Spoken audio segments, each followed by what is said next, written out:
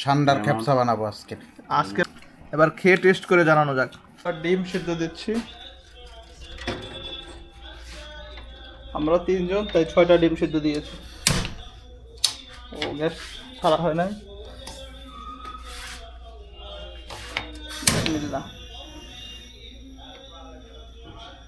এবার ডিম সেদ্ধ হোক, এবার অন্য প্রসেস রেডি করব। তো বন্ধুরা এখন ডিম সেদ্ধ হইতে দিছি, এদিকে গোশ রেডি করতেছি। কোরবানি তো আমরা দিনাই, তো রাত্রে আমরা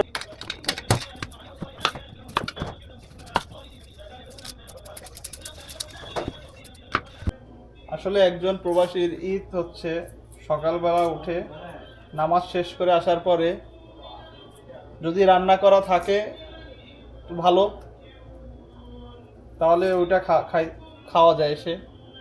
আর যদি রান্না করা না থাকে তাহলে যে আমাদের মতো এখন আসলাম, এখন পর্যন্ত সকালে নাস্তাও করি নাই, তো নাস্তা করার জন্য ডিম সেদ্ধ করেছি। আর এখন হচ্ছে এই গোশত রান্না করব। গোশত এবং পোলাও রান্না কমপ্লিট।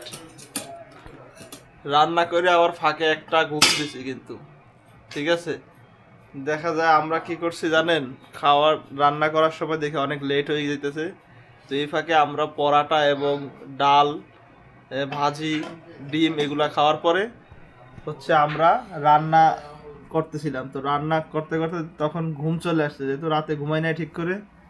তো এই হচ্ছে আমাদের পোলাও, আর এদিকে হচ্ছে আমাদের এই গোশ, খাসির গোশ। এই যে এখন হবে আমাদের খাওয়ার পালা। আমরা খাবো প্লেট ছাড়া, ডালা বিছনা। শোল ভাই, ডালা বিছনা খাইতে কেমন লাগে? মিয়া মিয়া মিয়া মিয়া। রোকন কেমন লাগে? ভালো, তা প্লেট ধুইতে হয় না। আচ্ছা ঠিক আছে। এই যে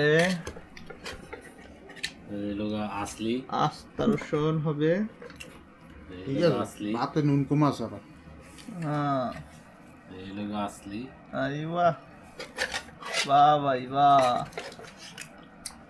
একবারে গোশতের একটু নমুনা আপনাদেরকে দেখাই। এই দেখেন, এই দেখেন, এই দেখেন, ধরার সাথে সাথে দেখেন হাড্ডি থেকে আলাদা হয়ে গেছে। এই গোশতটা হচ্ছে ইথিওপিয়ান ছাগল ছিল, ইথিওপিয়ান ল্যাম্প চপ আমরা নিয়ে আসছিলাম কালকে লুলু মার্কেট থেকে, আপনারা আগের ভিডিওতে দেখছেন সেইগুলো।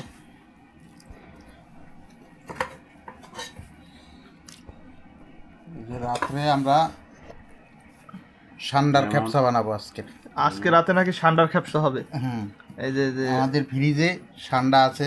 হ্যাঁ, সোহেল ভাই বলতেছে আজকে রাতে নাকি সান্ডার খেপসা বানাবে। এদিকে আরো আছে সালাদ। সান্ডার খেপসা কি আমরা সালাদটা কি সালাদ বানাইছি, এখানে আছে লেটুস পাতা, ইয়োগার্ট, তারপর আছে টমেটো, তারপর আছে গাজর, তারপর আছে হিমালয়ান পিঙ্ক সল্ট, তারপর আছে শসা, ভ্যারাইটিস আইটেম দিয়ে। টমেটো আছে, এই ছোটটা টমেটো হচ্ছে চেরি টমেটো, একদম ছোট ছোট টমেটোগুলো, চেরি টমেটো, টক দই, ক্যাপসিকাম। আবার এইখানে দেখেন ক্যাপসিকাম দিয়ে পোলাও হয়েছে। এবার খেয়ে টেস্ট করে জানানো যাক। বিসমিল্লাহ।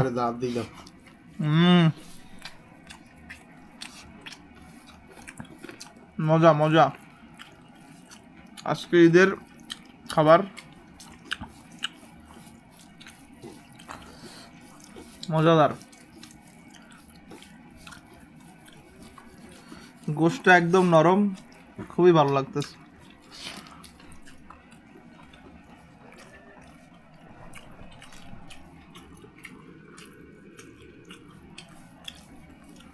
রসুনটা একটু দেখি। এই যে দেখেন, এইভাবে পিস বের হয়ে আসলেই তো ভালো লাগে। এই